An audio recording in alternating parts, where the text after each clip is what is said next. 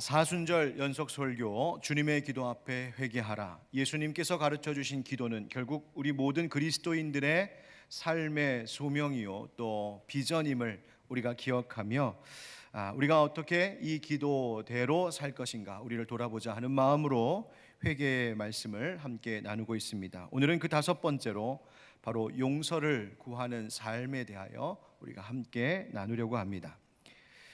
세계 곳곳에는 지금도 인종차별과 또 폭력과 살인, 전쟁, 종교 갈등 등으로 인하여서 많은 아픔이, 많은 눈물이 있습니다. 또 그런 중에 용서의 이야기도 곳곳에서 들려오기도 합니다.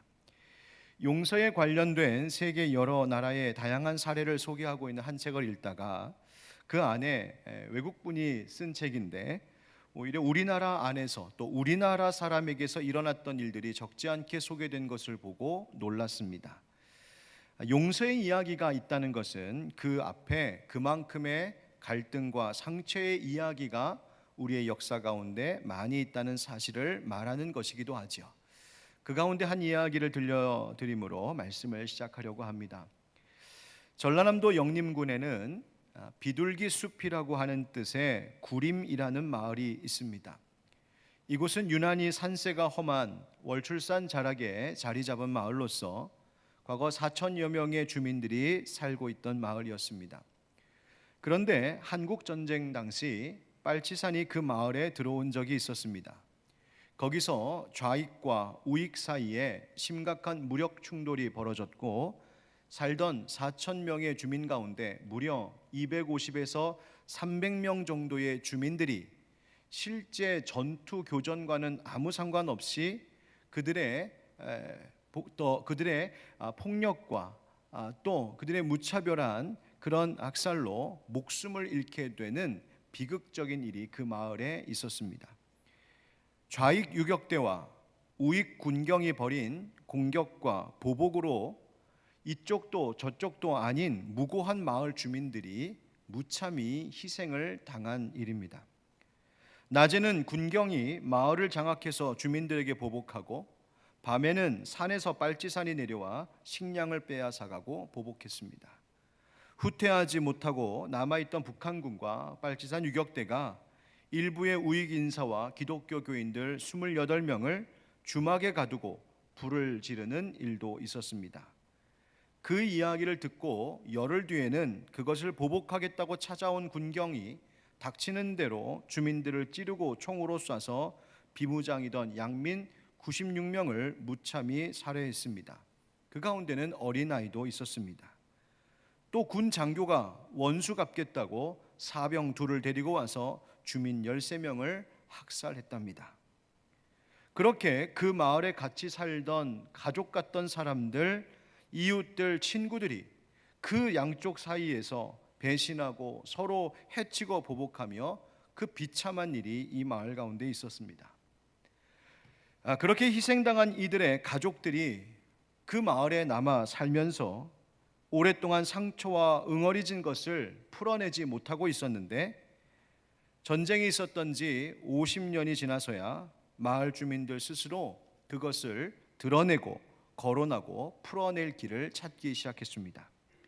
2006년 11월 18일 구림마을 사람들이 바로 합동 위령제를 열고 희생자를 추모하고 유족들을 위로했습니다. 비극적인 이 역사 속에서 희생당한 피해자들의 이름을 하나하나 기억하며 그 비석에 그 이름을 새기고 위로하고 용서하고 화해하기 위한 용서와 화해의 위령탑을 그 마을에 세웠습니다. 당시의 끔찍한 기억들을 떠올린다는 것이 그 당사자들의 후손들에게는 참 가슴 아픈 일이었겠지만 그럼에도 불구하고 서로 용서와 화해를 위해 노력하는 것으로 서로 감격하고 기뻐했던 일이 있었습니다.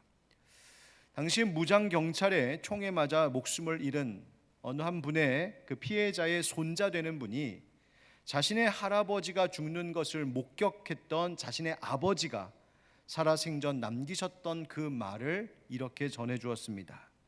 내 아버지께서 돌아가시는 할아버지의 모습을 보고 사셨는데 그 원한과 그 아픔 속에 평생을 살다가 돌아가시기 전 하신 말씀이 나는 이미 그 사람들 다 용서하고 다 잊어버렸다 하셨습니다 라는 것이었습니다. 슬픈 기억을 딛고 생을 마감하기 전 남기신 그 용서의 말 한마디가 그 마을의 뼈아픈 상처와 한으로 응어리졌던 구림마을 주민들을 마을 이름의 뜻 그대로 평화의 비둘기가 깃든 숲속 사람들이 되게 한 것입니다. 여러분, 이런 역사의 슬픔과 갈등 그리고 그것으로 인한 눈물의 이야기들이 이 구림마을 뿐이겠습니까? 수없이 많은 아픈 이야기들을 안고 있는 이 나라 구석구석이 얼마나 많겠습니까? 또 그 안에서 용서의 길을 택한 사람들도 있고 아니면 여전히 원한과 증오를 품고 살아가고 있는 사람들이 공존하고 있는 우리 사회입니다. 과거 전쟁의 역사 흔적 꼭 그것을 거론하지 않더라도 우리는 이제까지 각자 살아오면서 크고 작게 겪었던 갈등과 다툼과 미움과 분노와 또 억울하고 불의한 일들 속에서 저마다의 아픔을 가지며 살아왔을 것입니다. 어떤 분은 용서하지 못해서 또 어떤 분은 용서받지 못해서 그 아픈 기억들을 곱씹으며 살아가고 있는 우리들입니다. 오늘은 그런 우리들을 위하여 예수님께서 가르쳐 주신 기도, 그 주기도문의 5번째 간구인 우리가 우리에게 죄 지은 자를 사하여 준 것 같이 우리 죄를 사하여 주시옵소서. 바로 이 말씀의 뜻이 무엇인지를 알고 우리를 향한 하나님의 그 마음을 알아가고자 합니다. 여러분, 예수님께서 우리에게 가르쳐 주신 기도 크게 두 단락으로 나뉜다고 했죠. 하나님을 위한 기도 그리고 우리를 위한 기도. 우리를 위한 기도 가운데 이 두 번째가 바로 용서입니다. 첫 번째 기도는 뭐였습니까? 우리에게 날마다 일용할 양식을 주십시오. 우리의 먹을 것 위하여, 즉 우리의 육신과 관련된 기도였습니다. 다음 주에 함께 나누게 될 우리를 위한 기도 가운데 세 번째 간구는 우리를 시험에 빠지지 않게 우리를 악에서 구하옵소서라고 하는 영적인 문제를 위한 기도입니다. 그런데 육적인 문제와 영적인 문제 그 사이, 바로 오늘의 주제가 무엇이냐면 용서, 곧 관계의 문제입니다. 우리가 영적으로나 육적으로나 그 사이에서 우리의 삶의 진정한 평화와 안식을 맛볼 수 있는 것 가운데 매우 중요한 요소가 바로 우리들의 관계 속에 평화가, 우리들의 관계 속에 그 기쁨이 자리 잡고 있어야 한다는 것입니다. 그 평화와 기쁨을 가져다 주는 것이 바로 용서임을 예수님은 우리에게 이 기도의 순서를 통하여 가르쳐 주고 계십니다. 여러분, 용서는 평화라는 천국으로 들어가는 문과 같습니다. 용서 없이는 진정한 평화를 기대할 수 없다는 말입니다. 왜냐하면 용서하지 않은 채 남아있는 이 증오와 분노는 우리로 하여금 하나님의 은혜를 경험하는 그 자리로부터 멀어지게 만들기 때문입니다. 우리가 하나님의 은혜를 날마다 경험하며 살아야 될 존재들인데 우리 안에 여전히 증오와 분노, 미움과 원한이 사무쳐 살아가고 있다면 그것은 날마다 나를 하나님의 은혜의 자리 그 안으로부터 점점 더 멀어지게 나를 잡아 끌어당긴다는 말입니다. 용서를 모르고는 계속해서 마음 깊이 그 증오와 분노가 우리 안에 쓴뿌리로 남아 또 다른 미움, 또 다른 갈등, 또 다른 불화를 낳기 때문입니다. 그래서 예수님께서는 그런 우리를 치료해 주시기 위하여 이 기도를 가르쳐 주신 것이죠. 오늘 12절 말씀 우리 한번 다 같이 다시 한번 읽겠습니다. 시작. 우리가 우리에게 죄 지은 자를 사하여 준 것 같이 우리 죄를 사하여 주시옵고. 아멘. 여러분, 이 말씀의 의미는 결론적으로 하나님께 용서의 은혜를 구함으로 우리에게 임한 사랑이 무엇인지를 날마다 깨달으라고 하시는 가르침입니다. 동시에 우리가 받은 그 용서, 그 사랑으로 다른 이들에게 또한 용서를 베풀며 살도록 하시는 주님의 가르침입니다. 우리가 지금 사순절 기간을 보내는 동안에 세 가지를 함께 말하고 있습니다. 여러분, 앞에 있는 현수막의 오른쪽 현수막에도 보면 세 가지가 있어요. 뭐예요? 기도, 금식, 베품. 여러분, 하나님 앞에 기도합니다. 그리고 우리 자신을 다스리기 위하여, 우리들의 경건함을 위하여 금식도 합니다. 그런데 하나님 앞에 기도하고 금식하면서도 베풀 줄 모른다면 그것은 삶의 열매로 나타나지 않습니다. 우리가 베풀어야 할 것 중에 가장 먼저 되는 것이 무엇일까? 바로 용서를 베푸는 삶입니다. 여러분, 오늘 말씀 함께 상고하면서 우리가 먼저 기억해야 하는 용서로 나아가는 그 첫걸음, 그것이 무엇인지 우리가 함께 나누려고 합니다. 한번 따라 하실까요? 하나님께 빚진 사람들. 하나님께 빚진 사람들. 여러분, 마태복음 오늘 본문에서 말하고 있는 이 죄라고 하는 말, 헬라어로는 오페일레마라고 하는 단어인데, 이 오페일레마라고 하는 단어의 뜻이 원래 뭐냐면 부채, 빚을 진다라고 하는 뜻입니다. 빚을 지었다. 예수님 당시의 유대인들은 죄를 그렇게 이해했습니다. 누군가에게 빚을 진 것과 같다. 여러분, 왜? 누군가에게 빚을 지면 그 빚을 갚을 때까지 그 빚에 대한 책임이 있습니다. 자유로울 수 없습니다. 마찬가지로 죄는 우리에게서 자유를 빼앗아가는 것입니다. 왜요? 그 죄에 대한 책임을 져야 하기 때문입니다. 여러분, 그런 의미에서 용서는 그럼 무엇일까? 바로 그 책임, 그 빚을 탕감받는 것, 그 빚을 탕감해 주는 것이 바로 용서입니다. 여러분, 한번 생각해 보세요. 과연 우리들 가운데 나는 용서받은 일보다 용서를 베푼 일이 훨씬 많습니다라고 말할 수 있는 사람이 얼마나 될까요? 우리의 인생을 각자 돌아보면 내가 용서를 베푼 일보다 사실은 용서받은 일이 더 많은 것 같습니다. 사람들에게는 어떨지도 몰라도 적어도 하나님께는 더 그렇습니다. 우리는 누구보다 하나님께 너무나 큰 빚을 진 사람들입니다.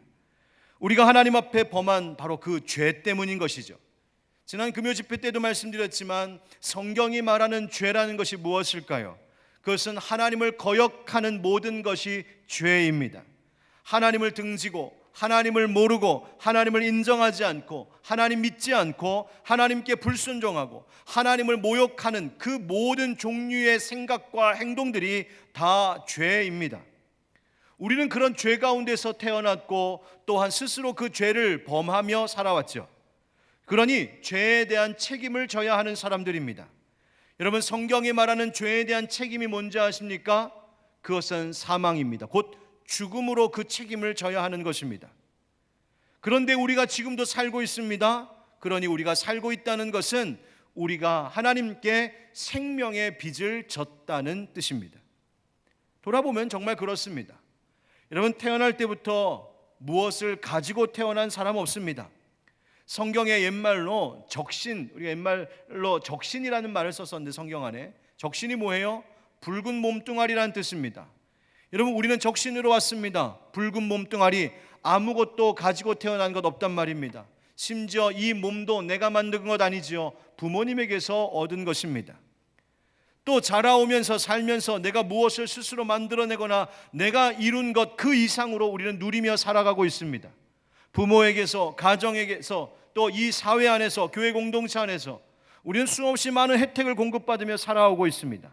물론 각자 살아온 삶의 배경은 저마다 차이가 있겠지만 그렇다고 아무것도 받지 못한 인생은 이 땅에 아무도 없습니다. 받지 못한 것보다 사실은 받은 것이 훨씬 많은 인생을 살아가고 있습니다. 먹을 것 하나, 입을 옷 하나, 돌봄을 받았고 배움을 얻었고, 따지고 보면 내가 노력한 것보다 우리는 얻은 것, 받은 것이 훨씬 많은 다들 빚진 사람들입니다. 우리 그리스도인들은 이것을 뭐라고 말하냐면 은혜라고 말합니다. 우리 죄를 덮어주신 그 은혜가 있었습니다. 여러분, 바로 예수 그리스도의 십자가 은혜입니다.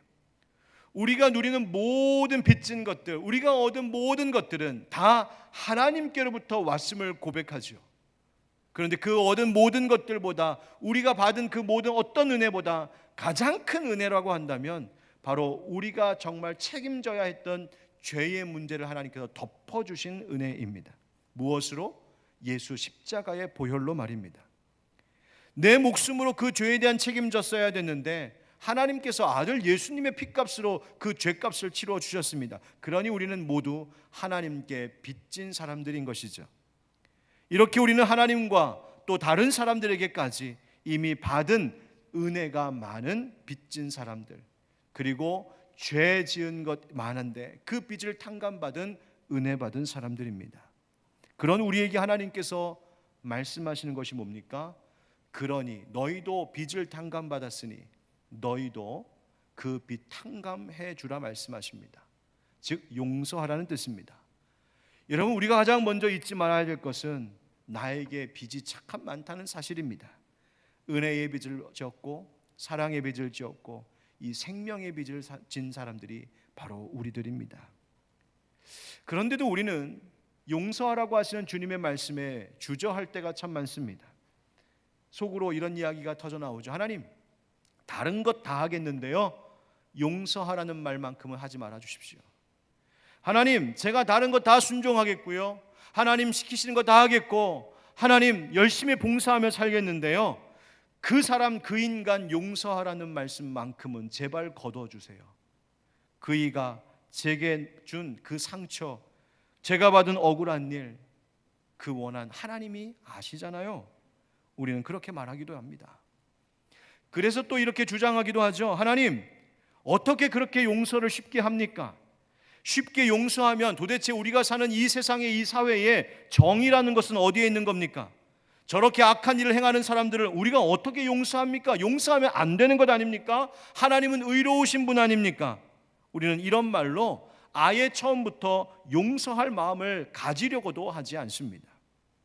여러분, 그렇습니다. 정말 중요한 것, 용서를 실천하는 것에서 진짜 필요한 것은 무엇이냐면 우리 마음속에 용서할 마음을 갖는가 하는 것입니다. 내 안에 용서할 마음이 진짜 있는가? 여러분, 이 용서할 마음은 도대체 어디로부터 시작되는 것일까요? 한번 따라 하실까요?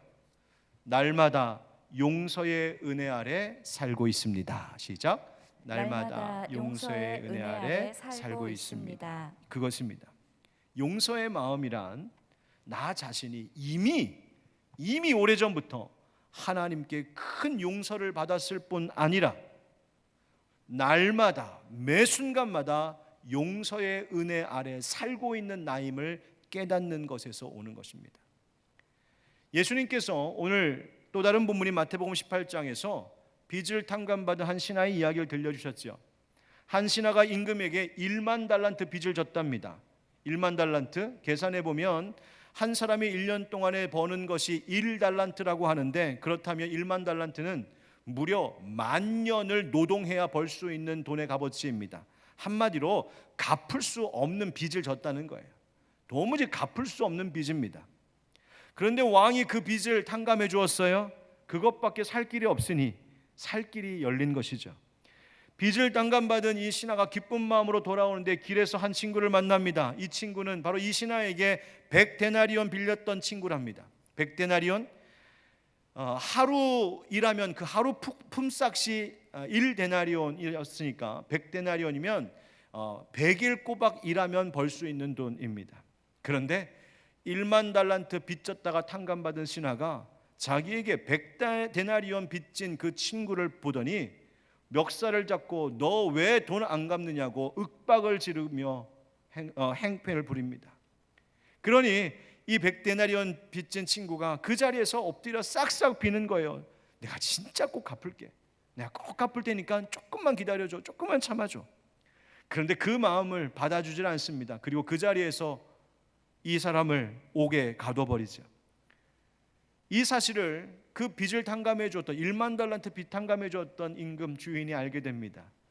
진노하며 그 신하를 다시 부르지요. 그리고 옥졸들에게 넘겨버립니다. 그러면서 하는 말이 33절 말씀입니다. 한번 같이 읽어보시죠. 시작.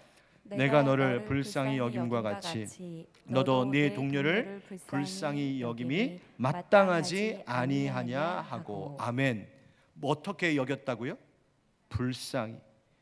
내가 너를 불쌍히 여겼는데 너는 왜 다른 사람 불쌍히 여기지 않니? 라고 물었다는 겁니다. 여러분, 오늘 말씀 가운데서 진짜 중요한 것, 내가 용서로 나아갈 수 있는 그 마음을 얻는 것의 그 첫 번째는 내가 이미 불쌍히 여김을 받아야 하는 존재임을 아는 것입니다. 내가 꽤나 당당하거나 내가 꽤 괜찮거나 내가 아무 문제 없는 존재가 아니라 내가 누구보다도 불쌍히 여김 받아야 살 수 있는 존재임을 깨닫는 것입니다. 여러분, 바로 내가 빚진 자 그리고 탕감받은 자라는 것입니다. 만달란트 빚을 탕감받은 신하가 100데나리온 고작 빚진 친구 옥에 가뒀던 것은 그가 얼마나 큰 은혜를 받았는지 그것을 미처 다 헤아리지 못한 어리석음 때문입니다. 여러분, 용서의 마음이란 불쌍히 여김 받아야 되는 나였음을 깨닫는 것이요, 그것에 대한 감사 때문에 누군가를 또한 불쌍히 여기는 마음에서 시작되는 것입니다. 루터는 우리 그리스도인들을 우리는 죄인인 동시에 의인입니다 라고 말한 적이 있습니다. 죄인인 동시에 의인이다. 예, 우리는 의인입니다. 어떻게? 예수 그리스도 십자가의 은혜로 그 은혜가 나를 위한 은혜였음을 알고 믿음으로 영접하며 고백하는 순간 우리는 참으로 영원하고 완전한 용서의 은혜를 받게 되었습니다. 그래서 의인 되었지요. 여러분 믿으십니까? 그러니 우리가 오늘 예배드릴 수 있고 하나님 자녀라고 말하는 거예요. 그런데 문제는 내가 그렇게 의인이 되었음에도 불구하고, 즉 예수님의 공로 때문에 의인으로 여김을 받는 그 은혜를 받았음에도 불구하고 여전히 생활 속에서 또다시 죄와 함께하는 일들이 있어요. 죄를 손에 묻히는 거예요. 하나님 믿는다 하면서도 하나님에 대한 불신으로 가득 차 살아갈 때가 있고, 하나님께 순종한다고 하면서도 내 멋대로 살아가며 하나님 말씀대로 살지 않는 불순종의 때가 너무나 많습니다. 하나님을 기쁘시게 하는 삶이 무엇인지 모르는 바 아니면서도 하나님을 기쁘시게 하기보다는 어떻게 하면 내가 더 즐거울까? 내가 어떻게 하면 더 행복하고 어떻게 하면 내가 더 만족스러운 삶을 살 수 있을까? 온통 삶의 열정과 에너지를 거기에만 쏟으며 살아갈 때가 너무나 많았어요. 그러니 우리가 예수 그리스도를 처음 믿음으로 받았던 그 용서로 인하여서 의인이 되었지만, 즉 의인으로 여김받게 되었지만, 그뿐 아니라 우리는 오늘 또한 죄인으로 살아가고 있어요. 그러니 우리는 사실 매일매일 하나님의 용서의 은혜 아래 살 수밖에 없는 존재들이라는 거예요. 우리는 날마다 하나님 앞에 용서받지 않고는 살 수 없습니다. 여러분, 우리는 하나님 안에 있는 사랑과 평안을 경험하면 그 하나님 품 안에 있는 사랑과 평안이 무엇인지를 알기 때문에 거기서 떨어져 나가는 것이 얼마나 두려운 것인지도 압니다. 죄를 지었다가 용서를 구하는 이유가 바로 그것입니다. 죄의 길로 엇나갔다가 하나님 죄송합니다 하면서 하나님께로 다시 돌아오기를 구하는 이유가 바로 그것입니다. 왜? 우리는 하나님의 품 안에 있는 은혜가 무엇인지를 알기 때문에요. 그래서 다시 하나님께로 돌아가고자 합니다. 성령님께서 그 마음을 우리 가운데 불러일으키시는 거예요. 하나님의 품에서 떠나 사는 것이 무엇인지 우리는 아는 두려움이 있기 때문이지요. 그래서 뭐를 하는 겁니까? 날마다 하나님 앞에 용서를 구하는 것입니다. 오늘도 예수님 가르쳐 주신 기도처럼 하나님 우리의 죄를 용서해 주십시오라고 기도하는 것입니다. 그러면 하나님께서 어김없이 또다시 용서해 주세요. 여러분, 그것을 통해서, 즉 이 일이 반복되음을 통해서 우리는 무엇을 경험합니까? 하나님의 사랑이 이만큼인 줄 알았는데 아니었구나. 하나님의 사랑은 내가 생각했던 것보다 훨씬 크고 훨씬 끝이 없는 무한하신 사랑이구나. 우리가 날마다 죄를 짓지만 또한 날마다 용서를 받음으로, 즉 날마다 하나님께서 우리를 받아주심으로 우리는 하나님의 사랑을 더 깊이 그렇게 경험하며 살아가는 것입니다. 여러분, 그렇지 않습니까? 여러분, 우리들 중에 누가 나는 어제까지는 죄를 지었는데 오늘 예배 드렸으니 오늘부터는 내가 사는 평생 다시는 죄 안 지을 것을 저는 장담합니다라고 말하실 수 있는 분 한번 그 자리에서 물구나무 한번 서보세요. 저는 장담 못합니다. 오늘 죄의 용서에 대해서 설교하고 은혜에 대해서 설교해놓고도 또 다가오는 한 주간 제가 무슨 죄 지을지 저도 확실히 모르겠습니다. 그런 연약한 우리들이 바로 여기에 있어요. 그런데 그런 우리들을 주님께서 날마다 용서를 구할 때마다 또 받아주시고 또 받아주신다는 거예요. 여러분, 우리는 그런 은혜가 필요한 사람들이죠. 마치 예수님께서 제자들의 발을 씻겨주셨던 것과 같습니다.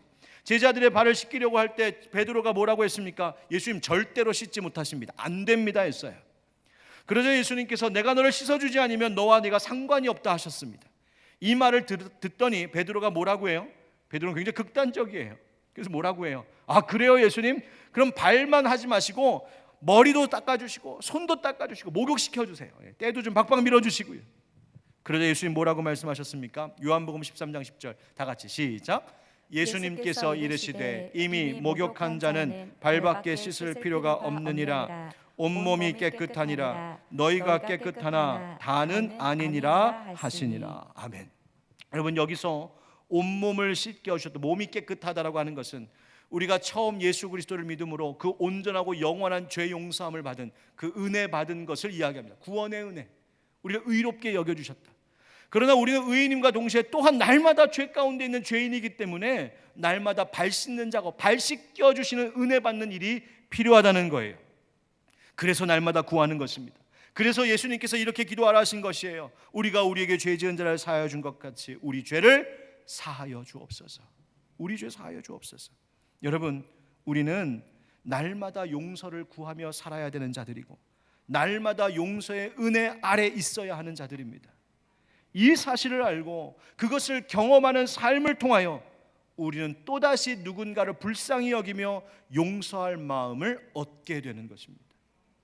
여러분, 우리가 우리에게 잘못한 사람, 우리에게 죄 지은 자를 용서해 준 것 같이 우리의 죄를 용서해 주십시오 라고 하는 이 말씀의 표현 때문에 이 말씀을 오해해서 내가 다른 사람들 요만큼 용서하면 그만큼만 하나님이 날 용서하시겠다는구나, 따는 말씀이구나 라고 오해하시면 안 됩니다.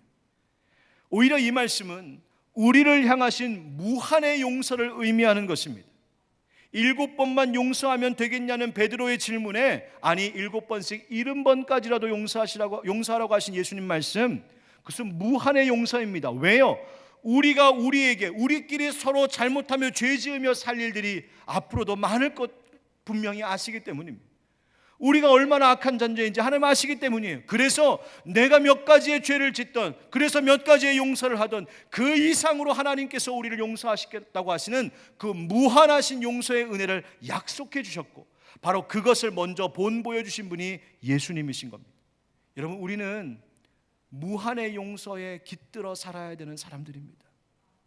만약 내 안에 하나님의 용서의 은혜를 받았다고 하면서도 혹 누군가에 대한 증오와 분노가 남아있다면, 하나님 내가 용서받은 것은 알겠는데요, 하나님 다른 사람 용서하는 것 난 그건 못하겠습니다 라고 한다면 그것은 사실 내가 받은 하나님의 은혜에 대해서 충분히 알지 못하는 것일지 모릅니다.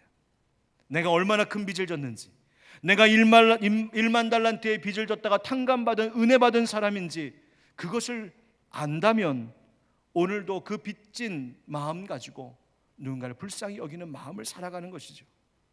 용서라고 하는 것은 먼저 내가 불쌍히 여김을 받아야 될 죄인이었음을 아는 것이요, 얼마나 큰 은혜의 빚을 졌던 나였는지를 아는 사람, 그리고 오늘도 날마다 그 빚을 탕감받은 은혜 속에 살아가는 자임을 아는 그 감사에서 용서하는 마음은 비롯되는 것입니다.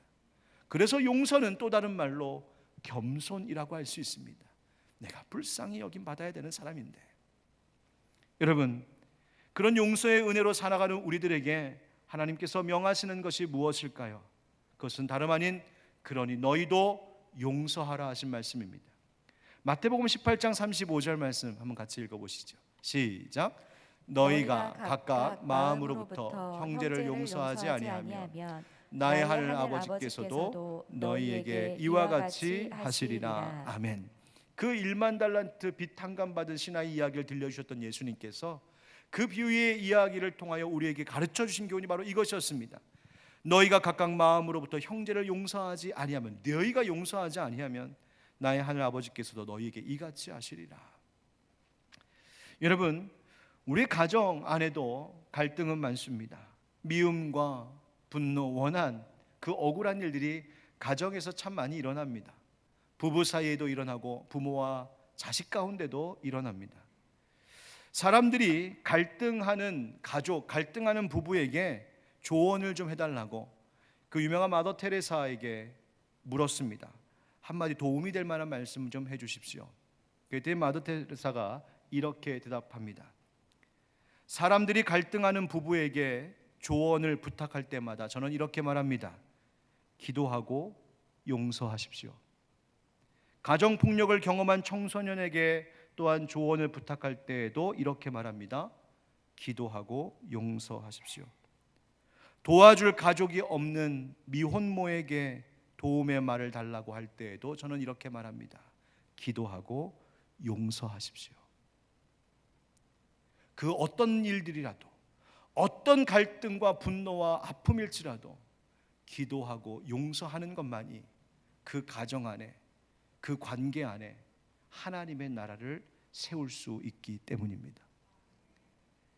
여러분, 우리는 하나님의 나라를 일구도록 사명받은 사람들입니다. 예수님께서 가르쳐 주신 기도 가운데 하나님 나라가 이 땅 가운데 임하기를 구하라고 하신 것 우린 기억합니다. 이 하나님의 나라는 어떻게 세워지는 것일까요? 따라하겠습니다. 용서가 세워가는 사랑의 나라.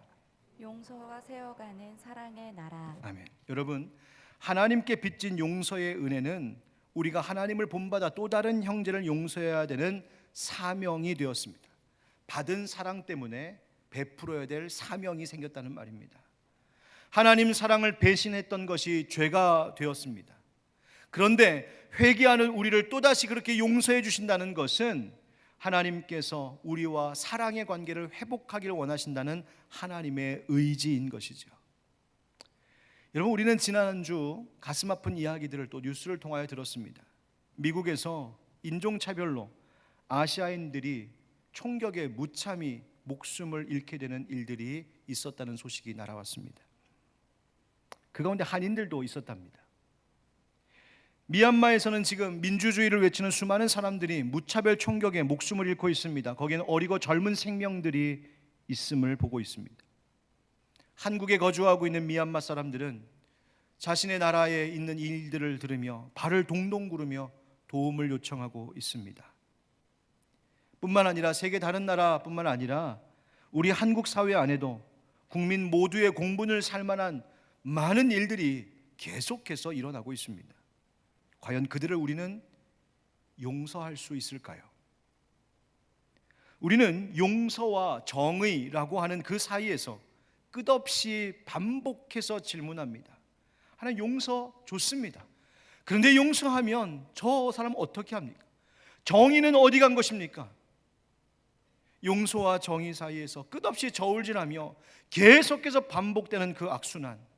여러분, 그러나 어느 한편에서 먼저 용서의 가위로 그 악순환의 고리를 끊어내지 않으면 결코 이 땅에는 용서도 정의도 평화도 이루어질 수 없습니다.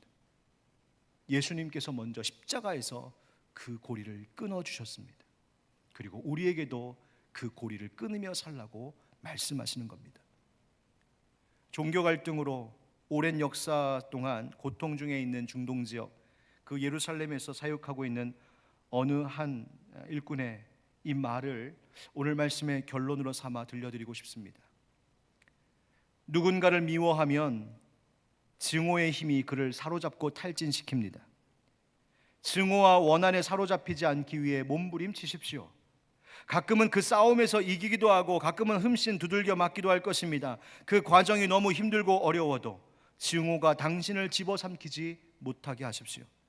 사랑과 용서의 계명을 삶으로 살아내려는 노력을 멈추지 마십시오. 예수님의 메시지에 담긴 힘을 희석시키거나 피하지 마십시오. 비현실적인 계명이라고 일축하지 마십시오. 실제 삶에 적용하기 편하게 자기 마음대로 계명을 재단하지 마십시오. 자신에게 잘 맞게 계명을 바꾸지 마십시오. 있는 그대로 두고 용서를 갈망하고 용서하고 사랑하기 위해 노력하십시오. 여러분, 용서에는 우리를 자유하게 하는 사랑의 힘이 있습니다. 그리고 그 사랑으로 하나님 나라가 세워져 가는 겁니다. 용서를 미루지 마십시오. 모든 일에 기도하고 용서하셔야 됩니다. 먼저 용서받은 것처럼 서로를 용서하고 또 서로 용서해 주는 것처럼 날마다 하나님께 용서를 구하며 그 은혜를 맛보며 사는 것이 바로 우리 그리스도인들입니다.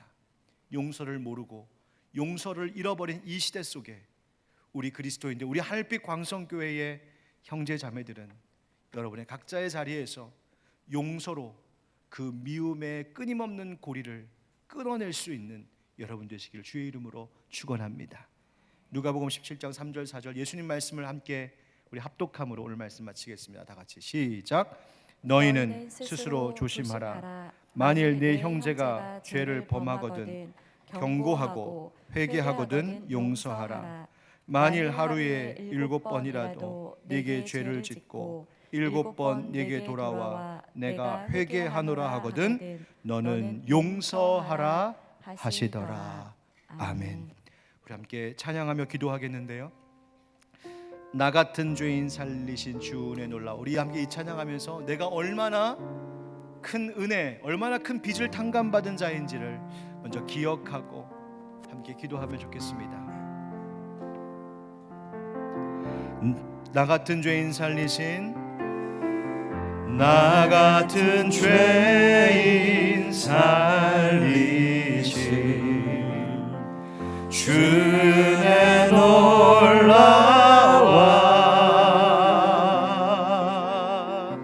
잃었던 생명 찾았고 광명을 얻었네. 큰 죄악에서 건지신, 큰 죄악에서 건지 주의 고마워, 주의 고마워. 아멘. 나 처음 믿은 그 시간 귀하고 귀한 주 찬양, 주 찬양, 주 찬양. 내 마음 다해 주 찬양, 주 찬양. 내 생명 다해, 내 생명 다해. 이제껏 내가 산 것도, 이제껏 내가 산 것도 주님의 은혜라. 아멘, 아멘. 또 나를 장차 본향에 인도해 주시. 아멘. 주 찬양, 주 찬양, 주 찬양.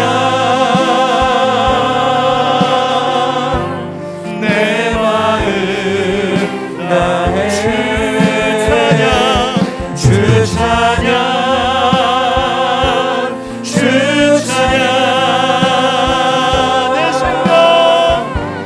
내 생명. 우리 다시 한번 우리가 받은 은혜를 기억하며 주 찬양, 주 찬양,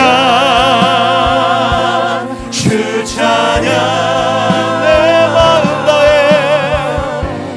내 마음 다해 주 찬양, 주 찬양,